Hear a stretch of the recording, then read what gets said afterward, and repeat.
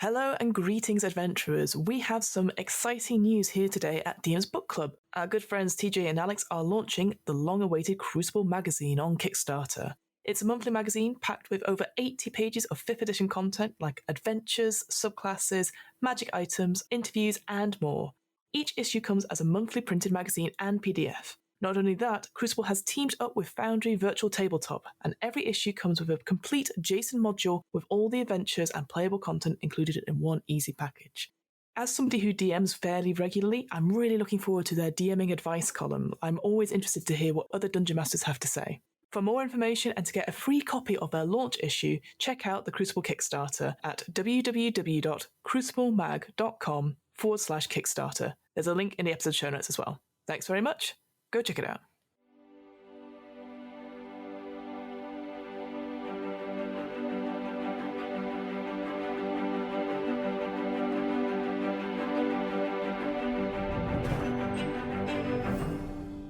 Hello and welcome to the DM's Book Club, a podcast where we read about some Dungeons & Dragons and discuss how we might include it in our role-playing campaigns. As you can see, I'm reporting live from London. What looks like an incredible green screen, but it's actually a decal at work. Is that how you call them, decals? I call them decals, but I imagine that's Americanizing of it. I don't know. Anyway, it looks like a really good green screen, but it's not. It does. You could have just said you've got a really great green screen. It looks like I'm flying though slightly. If I put my arms like that, like Superman in a way. With me, as always, for every episode of DM's Book Club is Hamilton. Hamilton, how are you, my friend? I'm good. Yeah. Mm-hmm. I was just, when you said for every episode, I was like, well, I'm not in every episode. Well, currently, you're in every episode. Yes, I know. It's like, was I there? I was there. Okay, that's fine. In the background somewhere. I was always there. In the spirit. No, yes, I'm very good. How are you? I'm very good. It's on the day of recording, it is a Friday, which is wonderful. I always feel so much better when it's Friday. I know, it's one of those things. Weekends happening, and yeah, I've been doing good. I had my first in-person D&D game for the first time in 2 years with my friends. Ooh. I know, it was very... What did you do? Go on, tell it. You want to tell everyone. Story.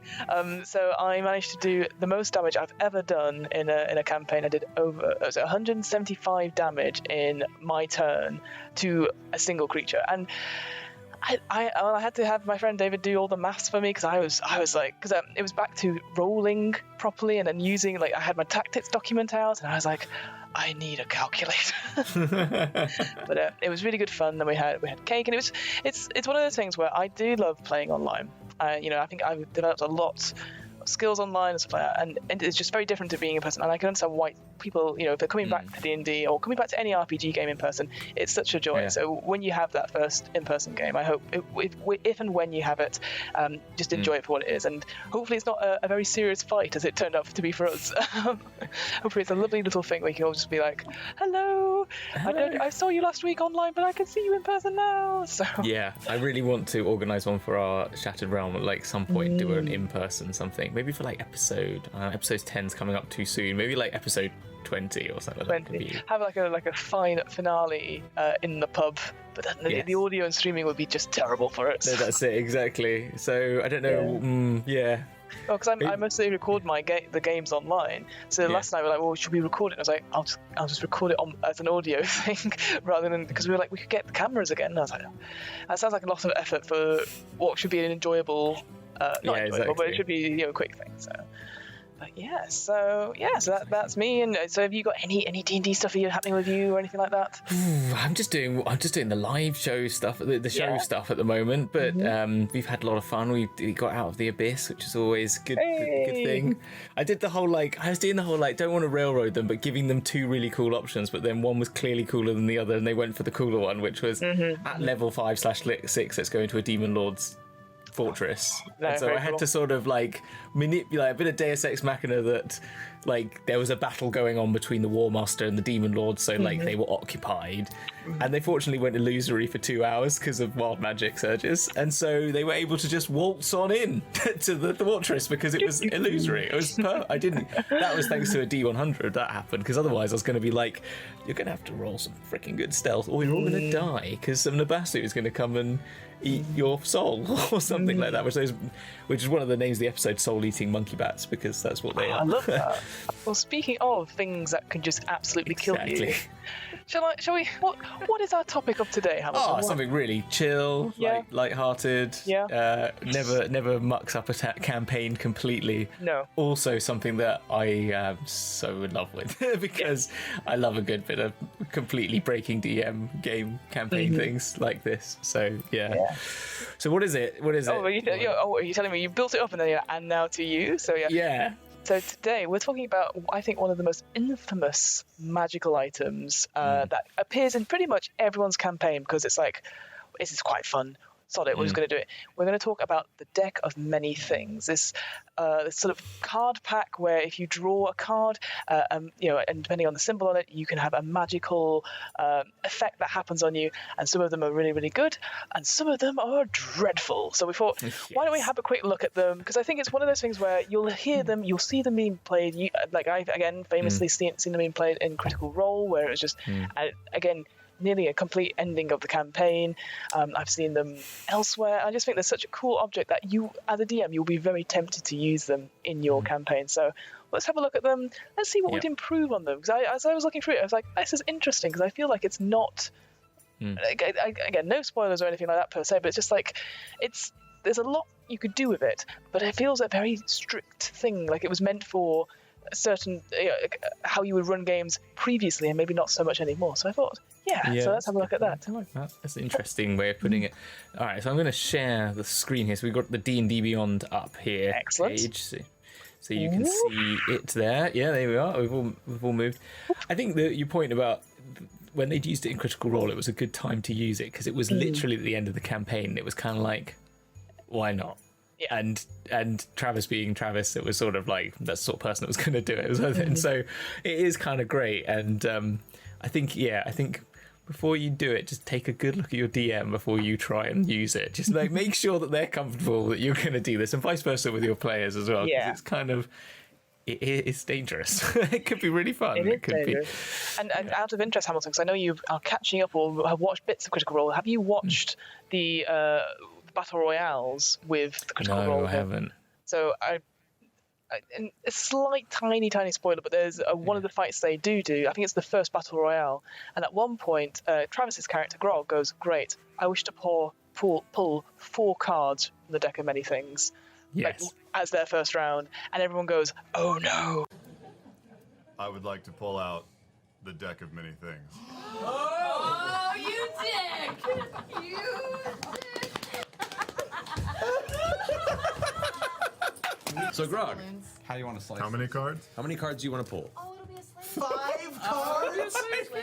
Oh my god, this is 5 cards. Yeah! It's gonna be chaos! As a result, and I just love that because it didn't matter.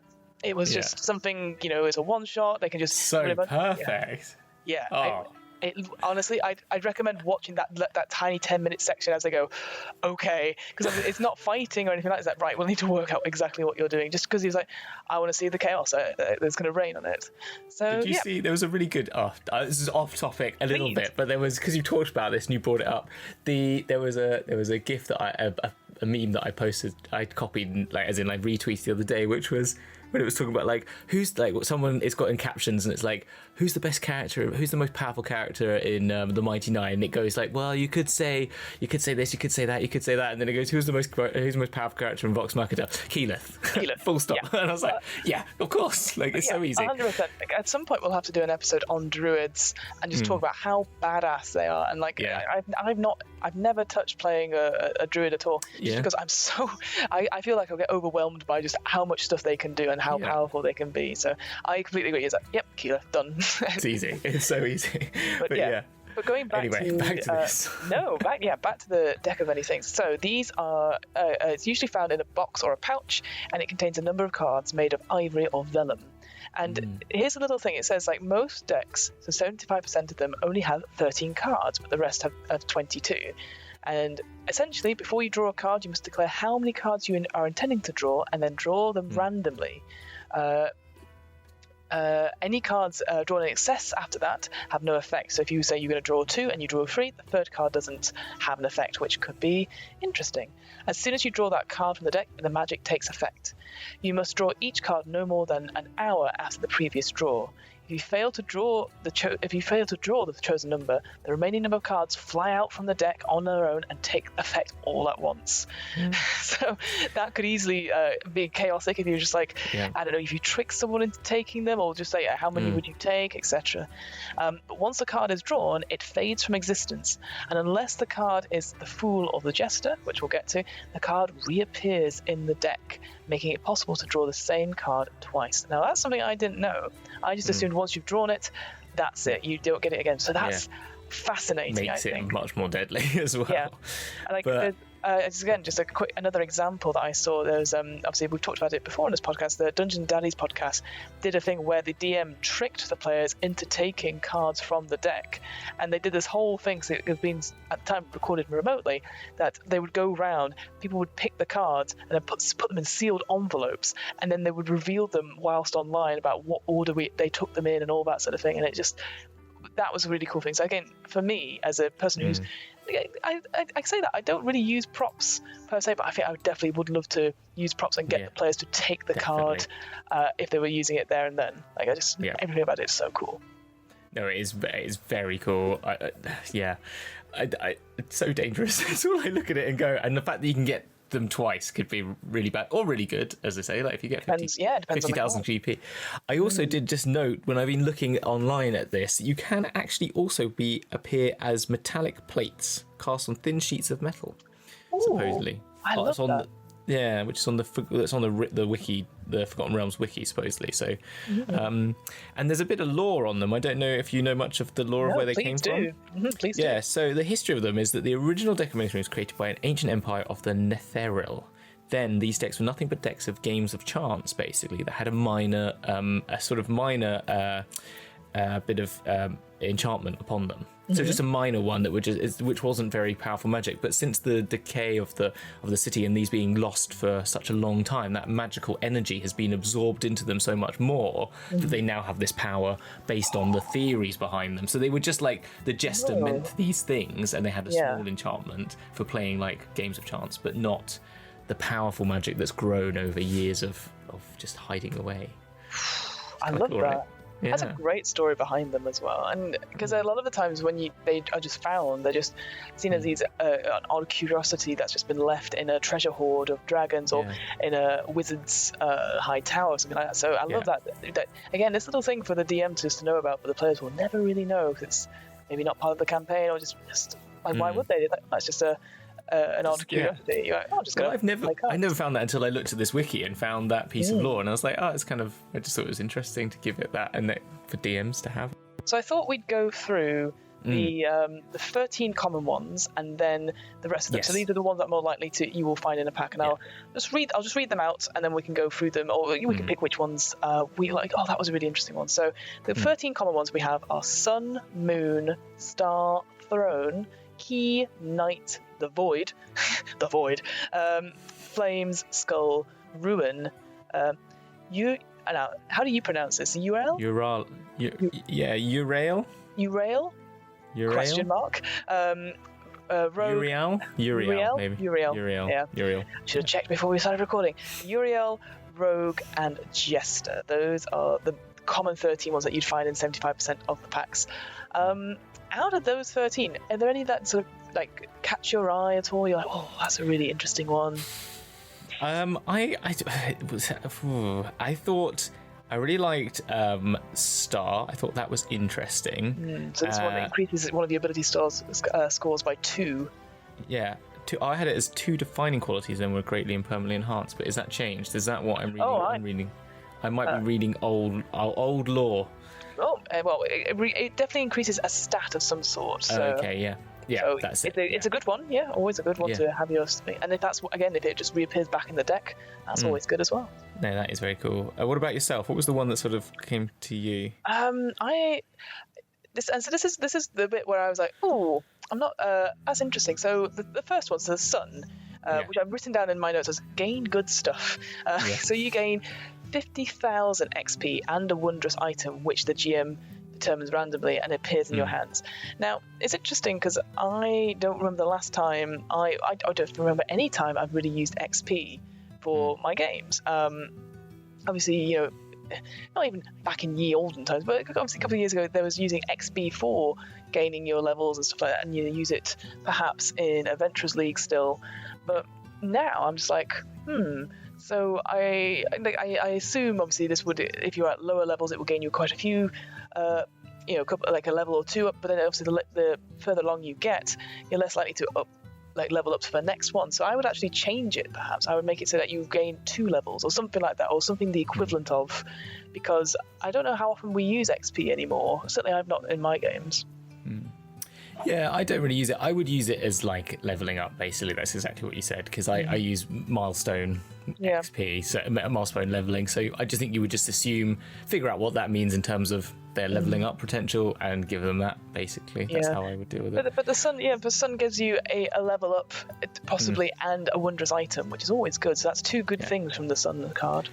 I think the fun one that I really like is the rogue, yes. which is quite fun because a non-player character of the GM's choice becomes hostile towards you. The identity of your new enemy isn't known until the NPC or someone else reveals it. Nothing less than a wish spell or divine intervention can end this hostility towards you.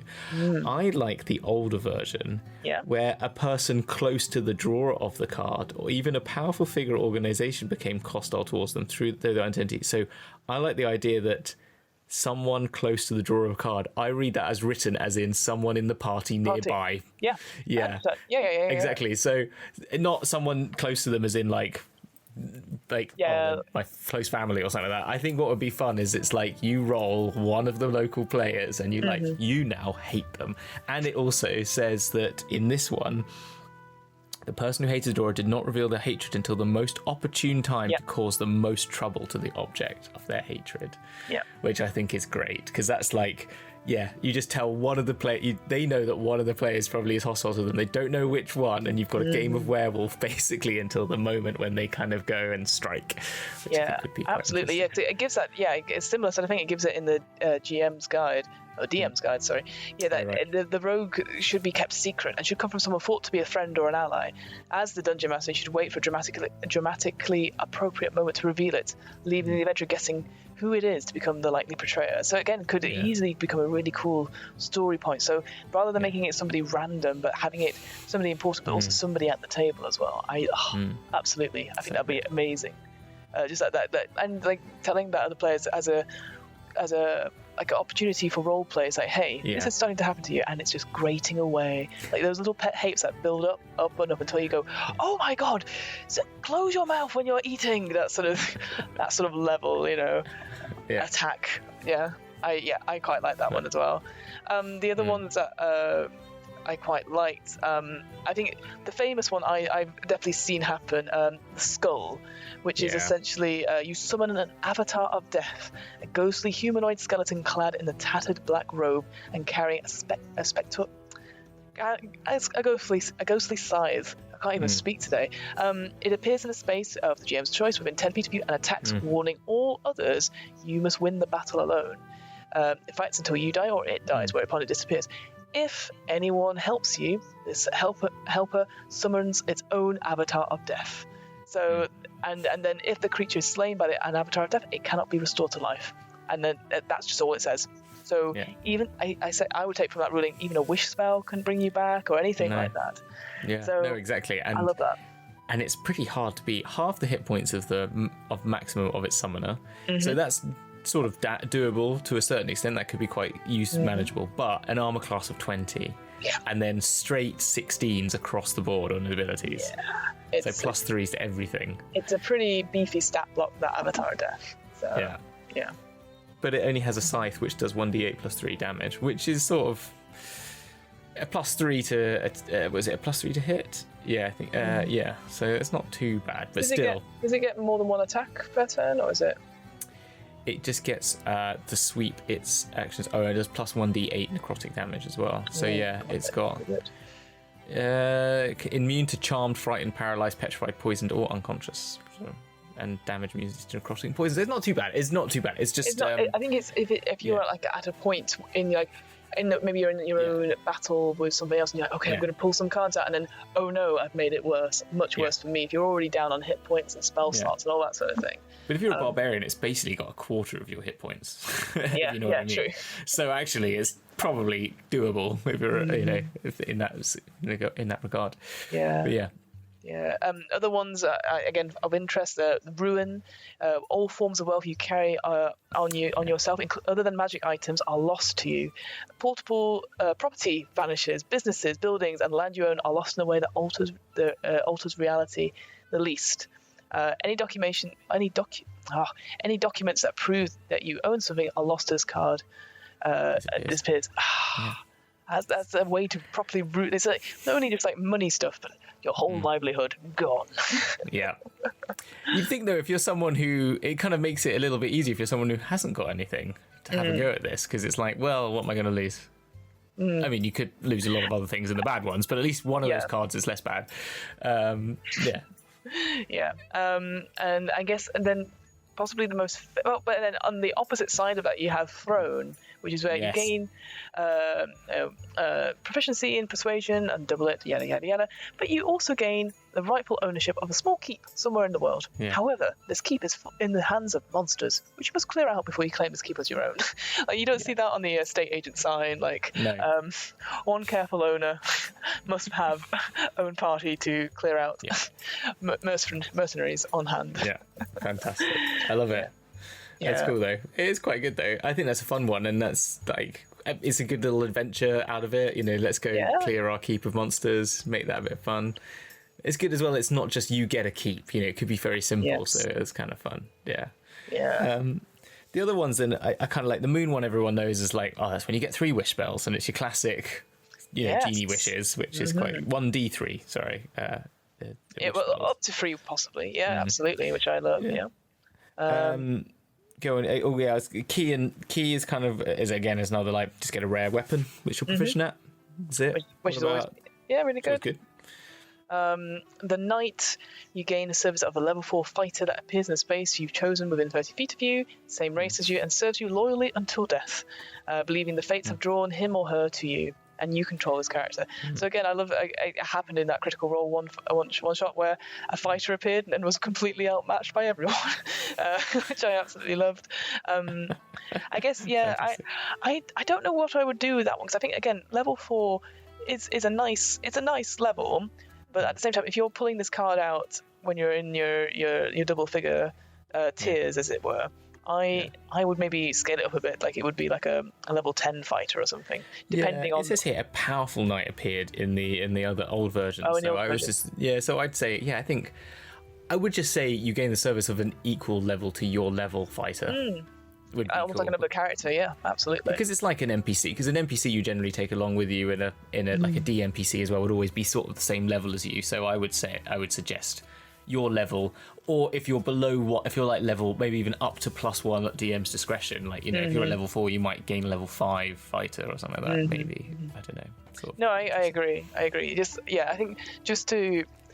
I guess it's all situational, right? Because you never know when this card's going to be pulled, and that's the beauty of it. But also, I do feel like you pull it out and you're like, oh, well, I don't need you just now. But again, you could pull it out in a social combat sort of thing, and then you just always have your hype person, like, I'm with him, I'm with her, till death do us part, and is just willing to do lots of stuff for you. But I would like it. The other thing I'd add for chaos level, if we were going to do this in limbo, let's say, you would you would like roll up a random generate a character off that. So it's like you could get yourself a bard or something like that, or you can get your hype person, or you can get. That's true, actually, because I guess, because obviously here it does say, like, it's a fighter, but actually, you'd be like, what does randomize it? Who would you, like, in your moment of need, who was most likely to come and help you? And, I like that. Because if you were like, if you needed a mage at some point, and you go, let's see if we can get one, because it would make it much more like, and then you could summon what is most needed for your encounter right now or something. I like that actually. If it's like you're in your hour of need, and then the paladin comes up, or then a druid or something. The need card. The need card. The needful things card. Yeah, needful things. I like that. Yeah. Flames. A powerful devil becomes your enemy, so like almost like the opposite to that rogue card. It seeks your ruin and plagues your life, savoring your suffering before attempting to slay you.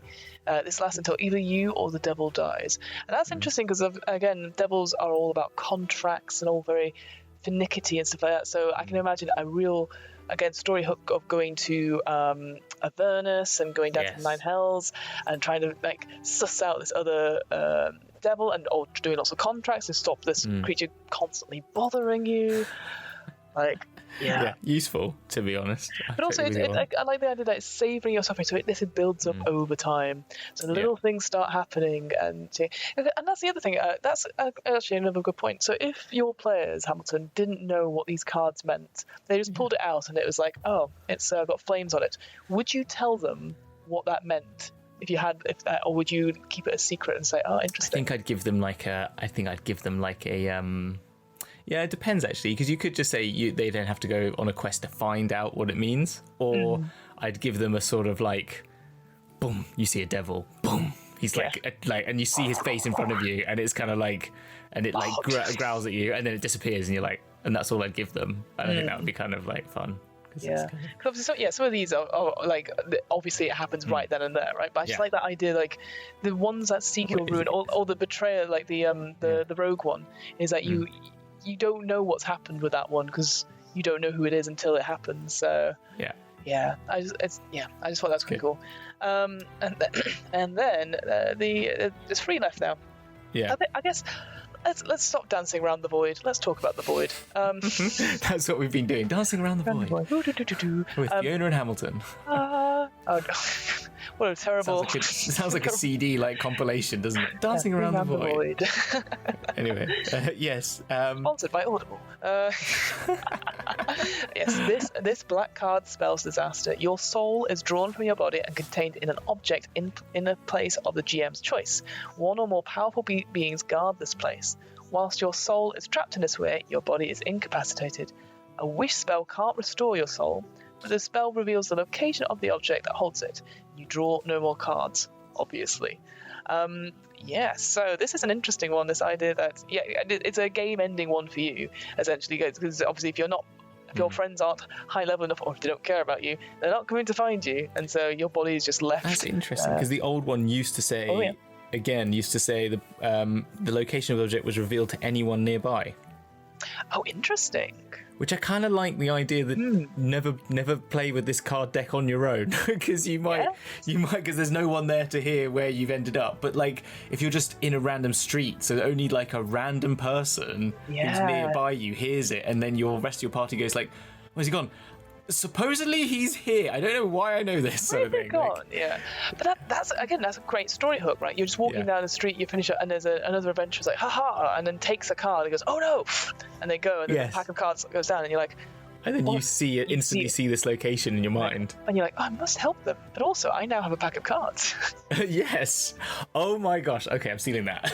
Cut it out, Jay. I want to steal it. No, that's fine. No, go for it. But it's interesting because, again, I know at some point we need to do a whole episode on the wish spell and ways to use it. But I love how it's like, wish spell can't help you. It can only do this. But it's making it very clear. Because I always think that clearly in the playtest or somebody around Gary Gygax was like, wish spell for this, and they're like, no wish spell. Because this is a high level sort of pack, isn't it, as well? So you're probably you might have access to these things, so they've got to make it sort of difficult.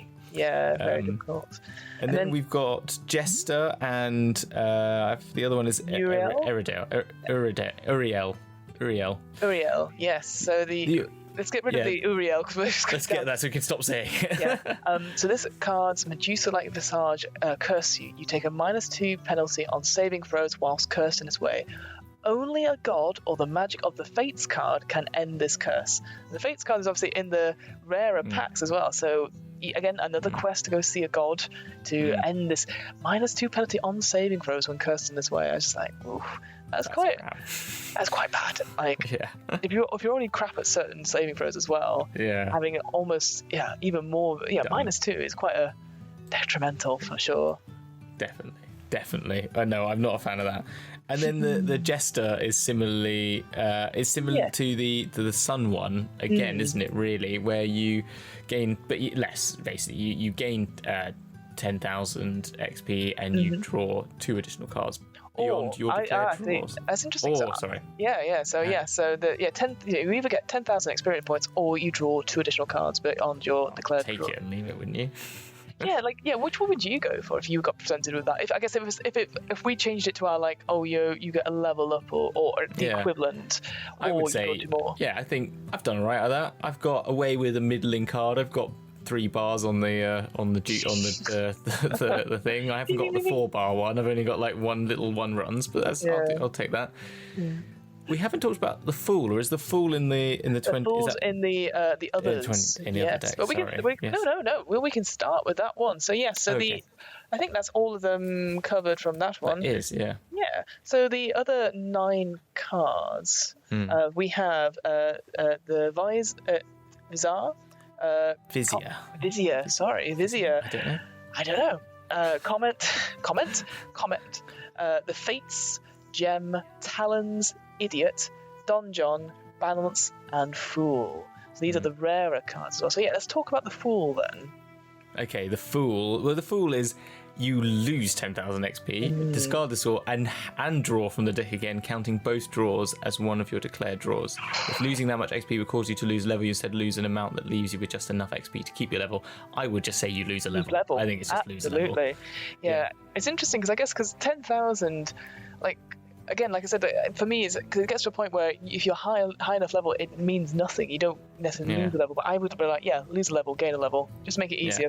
And you draw from the deck again. Oh yeah, draw from the deck again is always like, oh fuck. Yeah. No, I quite like that as a like, you miss a turn or skip a turn, go again. That's that's not how miss a turn works, but never mind. Yes. Let's for me from this one, here's an interesting one. Balance. So this is the alignment change one. Now obviously again, I know we've banged on about alignment for ages, every bloody time, I know, but this idea that your mind suffers a wrenching alteration, causing your alignment to change. Lawful becomes chaotic, good becomes evil, and vice versa. If you are true neutral or unaligned, this card has no effect on you. Now, Hamilton, what would you do with this card? Like, I mean, how often? I don't think I've ever asked you. Like, how often does alignment play for your characters? You play it. We play it, but mainly because, and as I've said a few times on this as well, like on our, because we are in the game show, we always want to roll for things, so we always just roll randomly for a race and alignment to give like more random and just give things for the characters. But also, I always give players anything additional. I always like when you give something additional that you can add to a player's mentality, and so I just tell them what they are. I'm not going to be forthright on them having to stick to it, because it's just, this is where you are right now. It just gives them something to, it's just giving prompts for coming up with a backstory, isn't it, really? And so and some players and some players in our shows and I've done in games have been more, I'm chaotic evil, so I am going to be chaotic evil, and that's what it is. And some are going, I'm lawful good. That's so boring. I don't want to be that. And it's like, well, fine, you were lawful good, or don't take it. You don't have to take it. Like, that's just what it is. Like, that's because we randomly roll, so you're stuck with them. But I always say, like, if you want to choose one, then please do, because it's always a nice way just to make everyone else sort of understand where they're coming from and help you sort of make a decision in those moments when you're trying to act someone. It's just like acting, having like, these are your bonds and all that stuff. I agree with that completely. I think for me it's that sort of that sudden force of change, which could be something that someone holds quite personal for their character. I think that's the thing for me. Like, I always bring up this example of it, but in Tomb of Horrors, even in the most recent version of it, there is a room where if they walk through this shroud or whatever, they go there, their alignment changes and their sex changes as well as the character. And it was supposed to be a shameful thing in a way, because obviously these veteran players would be like, I am a chaotic good male character, and then they go through the shroud and it's like lawful evil and a woman, and then there was some things like if you kept going back and forth, your alignment would change, but your sex wouldn't change, and vice versa. And it's just like, I always feel like forcing something like that, I find that more, I don't know, is a more awkward thing than, say, losing a level, which I think other people will be like, oh, losing a level, that's really bad, or and I'm like, I don't know, I feel like, I think it's a very personal thing, isn't it? And I mean, I think it's terrible that it was seen as a negative, isn't it? It's like so classic old D&D, isn't it? Just to make that but I think in terms of, I'd see, I mean, again, it'd be one of those things, as we've said lots of times, with your players, make these conversations. If they thought it'd be quite fun to have all like parts of their sort of character sheet change, and you say, are you happy with anything in your character sheet to be completely rendered something else by spells in this game? I think that's probably a question to ask before you get there, because some people will be completely up for that, because it's like an acting challenge, isn't it? In some respects, like, I want to change from being lawful to chaotic. I mean, how would your let's imagine your same character, but the only thing that's changed about them is they're now a chaotic character. How would that affect them? It's kind of fun and good to evil, but like, what is their evil? Because I always say to people, like, evil doesn't mean, what does evil mean and what does good mean doesn't actually, I take that as evil in your eyes, and however you read that. And it's just like, a lot of evil that I always play is just, they just want power and money, and it's a very simple evil, but you can go down many routes of that. And same with good. Good might just be very nice, just a happy-go-lucky and nice person, and does a little bit of good. Or it could be someone who's just like charitable and philanthropic and all that sort of stuff. So I think that's. So it's kind of just interesting, I see it. Yeah. And like, some people think they're doing good when they're actually doing evil actions and stuff. So exactly. There's all that sort of thing. But I think what I would do, maybe to tweak this slightly, rather than just be like, overall, okay, you're now evil, or okay, you're now lawful, or chaotic, whatever. I would look at the characters' personality, flaw, bonds, traits, etc. Pick one and flip it in some way. Or that's a good one. Like see like, I don't know, family. It's the biggest and most important thing to me. Is like, let's swap it around. So it is like, you can't stand family and familiar bonds and stuff like that. So it's rather than your whole personality or your whole outlook and stuff, it's just this one thing that you really treasured or was a big part of you, and now it's like, just as like, years ago you really liked that one thing and now you don't anymore. I just like but it's such a sudden thing, and it's a noticeable change, I guess, and it gives you that idea of like, oh, your role play around this specific thing. I quite like the idea of, if you're an edgelord and then you get completely changed to not being an edgelord. That's it. So it's like, I'm the rogue who's an orphan and everything's been terrible, and you go, actually, now you had a really great upbringing. You know what? I like flowers. And you love flowers, and exactly. I don't know. Just like just change them from. I think that to me makes it like, it gives you something more to work with, rather than like, okay, you're now totally evil. Because then again, it's that sort of thing where you could fall into the tropes perhaps and stereotypes perhaps, but I think make it personal to the character sheet. You used to like death metal, you now like electronica. That's it. Why not? Yeah. I 100%. I'm just really now into my Fatboy Slim. I don't know why. I love that. Another level up card, the Comet. Comet. I can't even say it right. Here we go. If you single-handedly defeat the next hostile monster or group of monsters you encounter, you gain experience points enough to gain 1 level. Otherwise, this card has no effect. And I've seen this being played where somebody pulls that card and they go, right, is there an angry squirrel nearby? I will destroy it. And so like, just looking around for anything like that, especially if there's like a time limit to these things as well. I quite like that, because that, again, is enough experience points to gain 1 level. So that's probably what I would change in the other ones, where it's like, you gain this amount of experience points. So maybe it's like, you gain enough for 2 levels, or you lose at least 1 level. So you're actually sort of making that distinction. Yeah. I think that's kind of fun, and I think it's also kind of like, I would probably give them a hostile monster that appears at the same time, just to make it more immediate. I feel like, to make it feel a bit more like something. So it's like, here's the challenge straight away. Can you defeat it? And that would give you the ability. Would you have the players like roll for it or something like that? Would you come up with a table? Maybe that'd be kind of fun. Or maybe it's like maybe from a summoning sheet or something like that. You could probably, something that's available to be summoned or something would be quite good. And have it scale up depending on their level, so that it's a bit more of an interesting fight, rather than make it a challenge. High challenge rating, and if you're on a certain plane or a certain location, you might choose a particular thing that's to that. But definitely. The next one, Donjon, then is Donjon is very much like. This is the one that I would say then you do have to do a wish spell, because it says that on the old version, but the other one I'd say like, you do know the location by being nearby. But this one, you get entombed in a state of suspended animation in an extra dimensional sphere. Everything you're wearing and carrying stays behind the space you occupy when you disappear. You remain imprisoned till you're found and removed from the sphere. You can't be located by any divination magic, but a wish spell can. I mean, what? Like, that's I just think the wish spell thing does make. I mean, you have to go. As I said, find someone. You can't even get a god, because that's divination, I imagine. So it's got to literally be. Literally be. wish. Yeah. Need someone to do a wish spell. Yeah. And find them. Yeah, and similar to thing to the void. Like you said, it's just that little bit of a difference. And yeah, and here you don't have necessarily any guards or anything like that. So again, it's rather than it being like definitely at the end of this huge dungeon on Pandemonium, it's definitely like you could put that anywhere. So maybe it's a more, I don't know, accessible one if you wanted to do it in the Forgotten Realms. Because again, I say this just because I'm maybe a little bit biased from Critical Role, is that they put it in Pandemonium. This happened elsewhere and it wasn't an easy access thing to do. So whereas this, I feel like it could be easy access, or it could be like it's definitely on this plane rather than who knows where. But an extra dimensional sphere though means that they're just they're like they could be just nowhere. Like they're just in. How do you get to it? You have to like get someone who can plane shift to find where that sphere is. I don't know. It feels really awful. Go to Sigil, find the door that leads to the particular space. Exactly.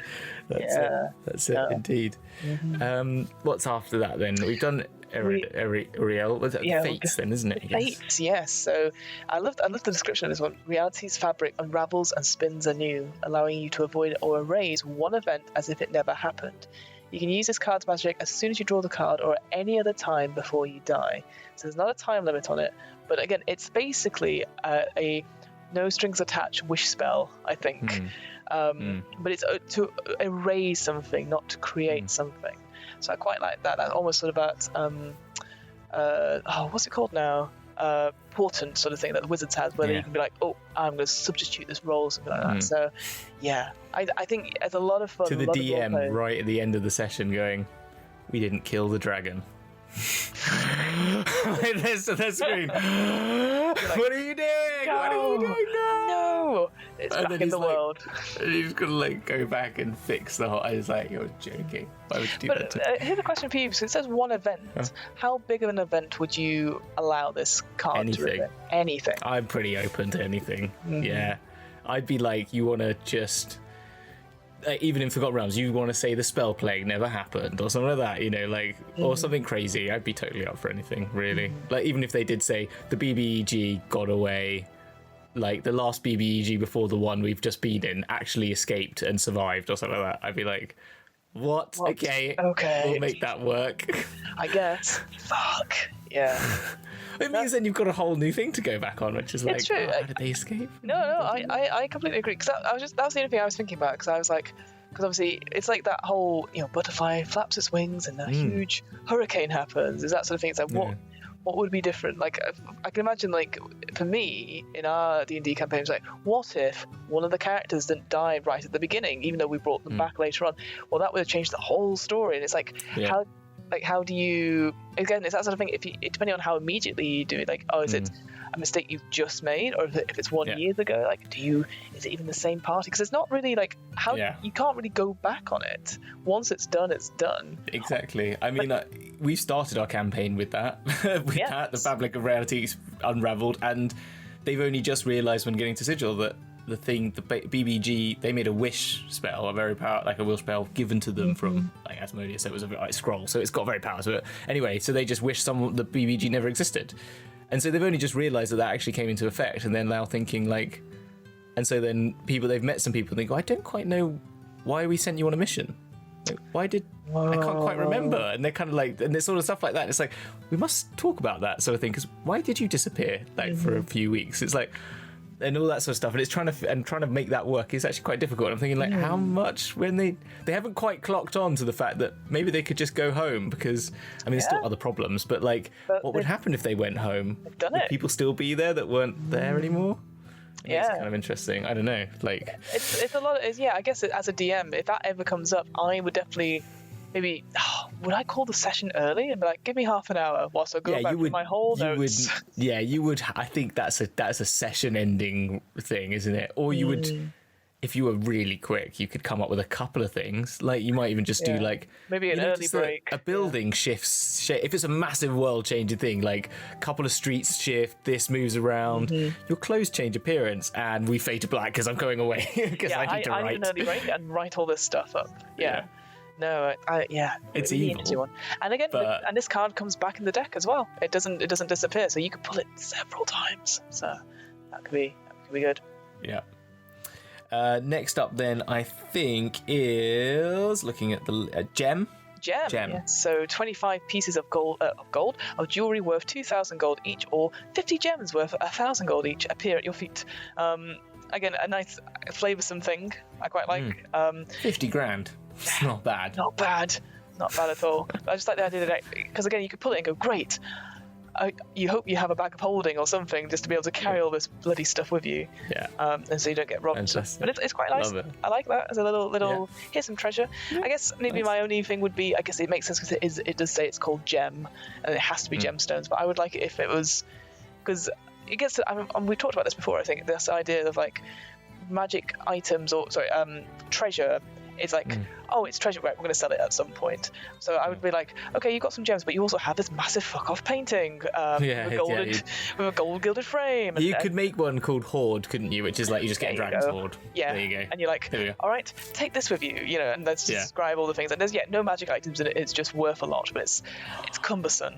I'd love that. You hoard, right? We made this card now. Hoard. Okay, you gain a dragon's hoard, a real dragon, but they know you've got it. Yes. Yeah. Right? So you've got a dragon as an enmity towards you. So you've got all the gold, but a dragon knows you've got it.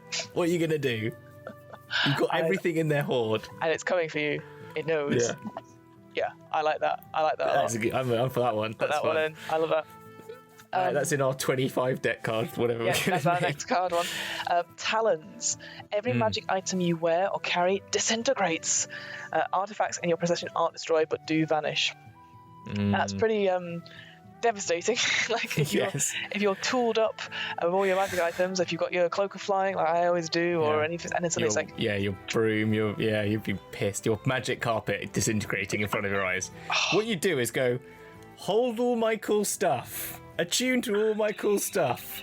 Now I'm going to hold cards. Yeah, that's cheating, but it's true. It's playing careful. You completely in your underwear and stuff. You go, right, I'm ready to pull out. Yeah, exactly. Just literally all you've got is some pants on. Make sure they're not magical, so they stay on, and that's it. My magic pants. What are they? Your lucky pants? Lucky pants. They're not lucky anymore. Magical. Yeah. So magic item we're gonna have to make is your lucky pants. It just feels lucky. It doesn't do anything. I want a magic item made by someone called Lucky Pants. Lucky Pants. Fantastic. I love that. No, I think that's quite good. Well, yeah, I think that's was it. Yeah. Play clever. That's it, isn't it? So for doing that. And then with is that all of them? We've got two more. We've got the idiot, and and then the one I can't pronounce, the Vizier. No, Vizier. Oh, Vizier. Oh yeah. So the Vizier. 1 year of drawing this card, they could ask a question in a state of meditation and receive an enlightening answer within their mind. Along with specific knowledge, they gain the wisdom to apply that information and, if necessary, solve a dilemma or crisis in their life. Is that the same as what it says? Yeah. In other words, the knowledge comes with wisdom on how to apply it. So instead of your DM giving you a subtle clue, it would be like, have you tried password 123455 enter or something like that? Yeah. I get you. Yeah, which is kind of good. It's kind of useful at times. I quite like it. Yeah, because again, it's just asking. It's one of those things. Again, if you pull it, it doesn't. It says within 1 year, so it means that you can don't use it now in the session. But I would maybe do the caveat of so from the pulling of it, that player, if they ask any question, and they're not making it clear that it's not out of character, that's the question they ask. Like, I maybe would be really mean. Oh, that's mean. So they just go, so what is this? And you go, well it's this. I'll take that card off you now. Yeah, thanks. What? No, wait. No. Oh, I think in this situation, I would be honest in the sense of, like, where are the others when you've got, like, enemies? If they say something like, oh, who was that guy we met the other week? That would be mean, because you'd just be like the name of an NPC. And they'd be like, just because they forgot. But maybe then it would be like, okay, it's not just one question, it's 3 questions. So they get the trick one. So I feel smug, and they're like, okay, what's your true? You got 2 more questions, and then like, right. That is so mean. That's great. And then finally you have idiot, which is lose some intelligence, permanently reduce your intelligence by 1d4 plus 1 to a minimum score of 1. You draw 1 more additional card beyond your declared draws, which I quite like that as a caveat at the end. But that could be that can be devastating. That can be -5 to your intelligence. And so if you're a wizard, or if you're using intelligence as your spellcasting thing, or if you're an artificer, it's artificer, isn't it? Really, yeah. It's only those two, but arcane tricksters use it as well, don't they? No, it's not. Yeah, it's not fun. That's not fun. Yeah. And if you're already low level intelligence, that can just make it really difficult as well to like. Yeah. I guess for me, because I guess it's tricky. I would maybe switch it. Like maybe if I was adding more cards to this, I'd have it so it's not, because obviously intelligence is the one that you lose from one stat. But maybe if you were going to do the other ones, like I don't know what you do for like losing charisma, like you just be blunt or something like that, or strength is just weedy, or like I think like it'd be cool to have cards ones for either, for each or maybe one, you just roll when you pick out the idiot, you just roll a d6 and you lose it from the one and it just changes to that. So you picked out the idiot, but it turns to the sapling. Rather than losing a whole lot of thing, you roll to see which one you lose from, and then you just minus at least to go down one level of your modifier. I think. Yeah, I think that'll work. I probably wouldn't call it idiot. I'll call it something else. But yeah, I think just so there's a more random chance, because there could be someone who's like, I never use intelligence. It's totally fine. Whereas totally. No, I totally agree. So that's cool. Those are the 22 cards in total.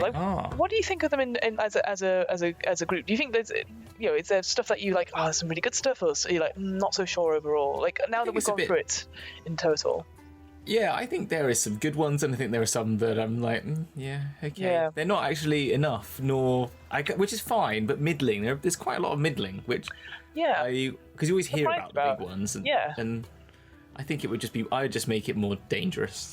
That's why. I make it more dangerous and more beneficial. I much prefer a higher stakes game for that. I definitely think it feels like it's obviously been made early on, or it's been part of it, and it's not been updated to include other cards, or to have stuff that reflects how we play the game now, or stuff that we find interesting now. Because it does feel like, again, I know I keep harping on about it, but the XP stuff, like, it's like, okay, great, well, up one level, and that can be fine. But at the same time, it'd be nice to have. I feel like what I'd love with all of these cards is that they are high risk but also high reward as well. That's exactly it. Yeah. Because there's some of them. It should be. Yeah, because there's some of them like that. Going back to say key, for example, where you get like a cool weapon, I would make it so it's cursed. And make it up that you have extra things on top of it, and it's maybe not a huge big curse, but it's still like it's beneficial. But at the same time, this happens to it. Like if you play like Borderlands, there's like guns and stuff which obviously are really cool, but they'll have like annoying details, like they'll shout pew pew pew pew pew every time you shoot them or something like that, or they scream. Key and lock, and key is like you get a really good, really awesome, super rare magic weapon, and lock is you get a really awesome, super magic weapon, but it's cursed. Yeah, there you go. So that's it. It just needs a couple more. I think that's it. But you can make it like you can either get a really awesome weapon, or you get a really, really awesome weapon, but you're gonna get cursed with it, and it's a super bad curse. Yeah, I like that. So we discussed off recording, like making our own cards for this, and and I had a look through some of the Reddit stuff as well, and there's some cool. So I'll just mention a few. This is where I'll probably reveal all of your ones. Yeah, please don't. But the ones I came up with that I saw on Reddit, there was ones called the library. The character detects useful knowledge. This is identical to detect magic and reduces search time to rounds rather than minutes. And then in brackets it says, of course, what one character considers useful may not be true for the others, which I quite like. I think that's quite a Where's cool the nearest mayonnaise shop? Yeah, why it's like, like grog. I was just thinking of grog. River. The character loses one random magical item and gains another. If they don't have one in the first place, then they get a very minor item. So I like that switching one. Cool. So similar to the hoard one that you can get, pen. The character gains a map to the greatest hoard in the world. And then finally, third eye. The character gains a feat of the DM's choice. That's kind of cool. Yeah, thing's quite good actually. I quite like that. Yeah. So those are the ones I found on Reddit, because I was like, there's loads of people like putting out this stuff there, but I was like, those ones are quite cool. And the feat one, I was like, we don't actually see too much of feats in this one, and I think it'd be nice again if you were trying to replace XP stuff, maybe like adding stuff like that. That could be that's another option. But I'm stalling for time. But Hamilton, what's the ones that you've come up with? What card would you add to your deck? I've got two. Okay. I've got two that I like. I had one more, but I'm just going to take it off the table because it's called the Architect and it's so naff. But the one I'm going to go for is Dominion. Ooh, okay. So Dominion is you gain control of a country, or where you can roll. I'd make a table which is like town, city, like conurbation, and then like country, basically. And you immediately are considered the ruler of that area, and you own it, and that is yours. Wow. I think that'd be really cool. I think it's that's like sort of like, you oh my now God. are the Queen of England. Like that's, What? Shit. What? But that's so cool, right? And I it's like that, yeah. Yeah. For That'd be story fun. benefits as well, because it'd be great, because you could be like, oh my liege, what are you doing? Oh, please come Yeah. back to the castle. We've got guards looking out for you. Yeah. What? Like, Yes, exactly. Where have you been? Yeah, so that I think that could be really fun. I like that for a role playing thing, for sure. Yeah. Do you want me to give my second one? I want to hear your second one. Okay. I've got two as well, so don't worry. Yeah. All right. Gemini, Ooh. which is stealing a little bit from the one that we had in that place in the Feywild Companion that they did. But basically, a doppelganger of you appears, and until you defeat it, whoever wins really becomes you. Yep. But they are like your, I don't know, you could add in the mirror thing if you wanted to, like they've got different alignments or something like that, or like to like if you're evil, they're your good twin, or if you're good, they're your evil twin. I don't know, it could be something like that. But I quite like, and basically it's just another one of those, like it's exactly you. They've got all your stats. Yep. And they're after you, and you don't know where they are, but they'll turn up. And it's just a play on the rogue, but it's just that it's you instead of. Yeah. No, you know what? Yeah. I also put down mirror, evil twin of the opposite player. Oh, there you go, Gemini. There we are. Gemini, We've got yeah. the same But the slight twist I did was that whoever wins becomes the player character, and the other one is forgotten from existence. So, yeah, I'm up for that's So like, same they, thing, but yeah. like I just like you just go. I'm going to take that character sheet now, and you're going to play this character instead. Yeah. And it's like almost like forgotten everything about them. So yeah, but yeah, I think cool. anything with twins, and it's the chance for the DM to also play, and be like, this is how you really play your character, or even learn about it. Like I'd be like, fuck, what do I do with rogues? Like, yes, exactly. Cool. What's your other one then? so the other one, see how you think about this one. So I was thinking of like, it's because I've been playing Pokemon on and off, and the one thing I always struggle with is trying to get out of the fucking places, because I'm like, oh, fucking hell. So I thought of something, map/escape rope/ticket. So the idea is a one-use card that can be used at any time to leave a place and fast travel to a desired destination. However, once you have left that location, you can't return to that place, and up to 3 members of your party can come with you. You can't return to that place ever again. Yeah.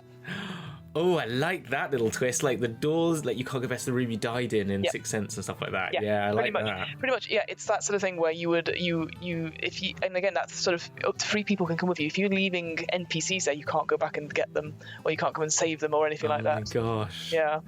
But I did like, you could be like at the top of a mountain. You're like, well, I need to, or in a big city, like, oh, we need to go somewhere. It's sort of the thing where you need to know where you're going, but you can't return to that place for whatever reason. Oh, geez, you are such an evil person. You know that you always have a little. You'd make a great deal maker for devils. If I need a devil in my campaign, I know I'm cool. Oh, come around! Well, you got to have that Tim Burton, Fiona Howard twist. That's what I'm having. But yeah, those are my 2 suggestions. But as we've seen, like looking at this thing, I think it's very easy to change the cards a little bit and do it for your own game. And I think because this is the thing. As we've discussed, it's such a popular magic item, so no doubt your players will know what they do because they'll have gone lots of stuff. So if you just go, oh, you pulled the moon card, cool, and it does something completely different to what they're expecting. That's I love those little like take out the rug underneath them sort of moments. Just be like, good luck with this, you know. You get teleported to the moon and you're stuck there. I hope you have oxygen. Bye. Bye. Yeah. So well, thank you so much, Hamilton, for indulging me in looking at decks pleasure. and magic items and stuff. How is Dragon's Duel? What's going on? Shattered Realm, Darkest Timeline? Yes. It's going all right. It's fine. Yes, we've having some technical difficulties with Darkest Timeline, so that's been off and on a minute, but it is coming back tonight. I'm recording. Record this. Yeah. No, it's live tonight, as in, but it's I don't know when we're recording, so that doesn't count. But on Fridays nights, it will be that. We've got the Shattered Realm is now on Monday nights at 9 p.m.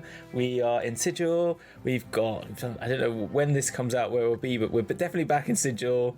I had to play Asmodeus and the Lady of Pain in one episode. I heard some great reviews of that, so... It was bloody difficult. It was very hard. But my as I've been made aware that my Lady of Pain sounds like Mrs. Badcrumble, who's an Idiazod invention, because I did like a Scottish teacher, and it was very angry with all of them, and so she was like that. I don't know. I just love felt that. right. Hey, and so Idiazod a tick for me. So exactly. So if you like your Idiazod and your Mrs. Badcrumbles, then just come see she's Lady a Lady of Pain. and go see Lady of Pain. So yeah, that's good fun. Fantastic. Yeah. Cool. How about you? How about me? Well, as I'm reporting from Wimbledon, London, as you can see from behind me, I run What Am I Rolling, which is a twice monthly RPG one-shot podcast. As always, it's doing very, very well. Currently, we've got 39 Dark is currently coming out, which has been very good. I've been really enjoying listening back to that and putting that out there. We've got other games going on. I'm going to run a game of Paranoia. I've already sort of said that. Someone else is going to run for me a game of Troika. Coming up, which I'm very interested in, because I can visualize the art. I have just no idea how it's played, so that will be interesting to come out. If you're interested in other things I've been on, is there something quite exciting you did recently? So yeah, it's been quite a week for me. A couple of years ago. Last year, I was on the Most podcast for one of their game shows and stuff. And now, this week of recording, I ran for them Jason Statham's Big Vacation on their show, which was it was very fun. It was very much two Americans yeeting people down Savile Row and trying to get through a petting zoo. And Jason had a fun time. So it's a lot of fun and really good fun to run. And I 100%, if you ever interested in other one-page one-shots and stuff, and like Jason Statham's Big Vacation sounds a lot of fun. That's Grant Howard, so I highly recommend checking out all of Grant Howard's. Like, let's face it, he is a monopoly on everything. Like Honey Heist. He's done loads of things. Those are two ones because I've run them the most, but there's loads of them, and he does a new one every month, and I highly recommend them because it's just so much fun. And if you're one of those people who's like, oh, D&D is fun, but we need a break, or I want to start DMing, but I'm not so sure, I always recommend those ones because it's just so quick to learn, and it's very much, as we were discussing earlier, sort of a yes and, like, just do it. It doesn't matter if you muck up, it's all good fun. So I've been busy, but yeah, if you want to check those out, they'll be out on the Rooster Teeth website, I presume, next week on the catch up, and I'll be out on their podcast as well, so that's the Most podcast on Rooster Teeth. And of course, we've got our 10% offer code at Third Space Gaming in Burnley. So that's, type in DMBC into checkout. DMBC, you got to do the hand gestures, otherwise it doesn't count. Yes, there's obviously Call of the Neverdeeps coming out in March. We've got Terrain, you've got Dice, you've got other RPGs. If you want them, get 10% off of your first order. That's DMBC at checkout. But Hamilton, I hear we have something else we need to talk about and plug. Like, what is it? Tell me. Whoa. We are sponsored by Crucible Magazine and their fabulous Kickstarter. Ooh. I might even share my screen right now. Look at that. You can see their Kickstarter right there in front of us. Yes. Amazing. Crucible Magazine is a monthly magazine for 5e in print. So your old-fashioned PDF, like your modern folk, and Foundry VTT because because you want to be doing it on the computers and playing with your friends. Packed with adventures, comics, interviews, and much, much more. So if you go to www.cruciblemag.com/Dragon's Duel, all one word, you will go straight to that and you can then pledge to them, and it gives us a little boost, which is positive. There's a free 90-page launch issue out now, which has got a Foundry VTT model ready. It's got Draxorn Delve, Death's Despair, and a Sparking Lair. Whoa. And it's also got my favourite, the Prison of the Archelex, which is like a weird, freaky human spider thing. What are they called? Which you have to say in that voice as well. Yeah, exactly. Can't do it in your normal voice. The other reason why I like it is it is definitely got Hamilton's font approval, which is a big thing. Stamp that with good fonts. The Architects font, as you can see right now on the screen, is one of my favorites. I think TJ Phoenix is the writer, which I've recognized that name from somewhere. Great. We can cut that bit. Yep. It comes with though really cool maps and like loads of stuff that you can put in for all those things, so you can just play them straight out the back. And it's got really cool magic items, and basically it's got interviews with famous people. So go on there, support it, pledge now, and get some issues of a really cool magazine. Yeah, basically. no, I can't wait to read interviews about stuff, because I'm always fascinated to see what other people have got to talk about and offer. Because obviously, the only person I talk about D&D stuff really, on this level is you. And whilst I believe you and trust your judgment on everything, I believe you. I believe you about the deck of many things. I want to hear what other people have to say. So no, I love that stuff, and I love people being passionate about DMing and talking about D&D. So I'm fully behind this 100%. So no, I think it's really good, and I think it is actually pretty, and I think it's got cool stuff. I think having 4 little adventures. I think if you wanted to be, as you say about, we always talk about like DMing starting up, and you want like quick, already available with all the stuff. For not, if you think about how much it costs to buy something on Roll20 to get like even a one shot, when you get 4 of these for the price that this is, actually I think it's pretty worth it if you want to do Monster of the Week style gaming. So I think it's really good. Brilliant. Yeah. So again, what's that website that we need to go to? www.cruciblemag.com/Dragon's Duel. Oh my gosh, are we dabbing? Oh my gosh. That's forward slashing. Anyway. Yes. We just look like old people dabbing, you know. Yes, that's the problem. It is. But /Dragon's Duel. Yes, /Dragon's Duel, all one word, and that's DUEL, not duel, as in like there's 2 of them. Ah, very nice. Because some people get that mistaken sometimes, I've noticed. Anyway, so that is that. But then now there is none but left to say, is there, Fiona, than our famous catchphrase. Yes, I'm prepared now. Ready? See you on the flip side.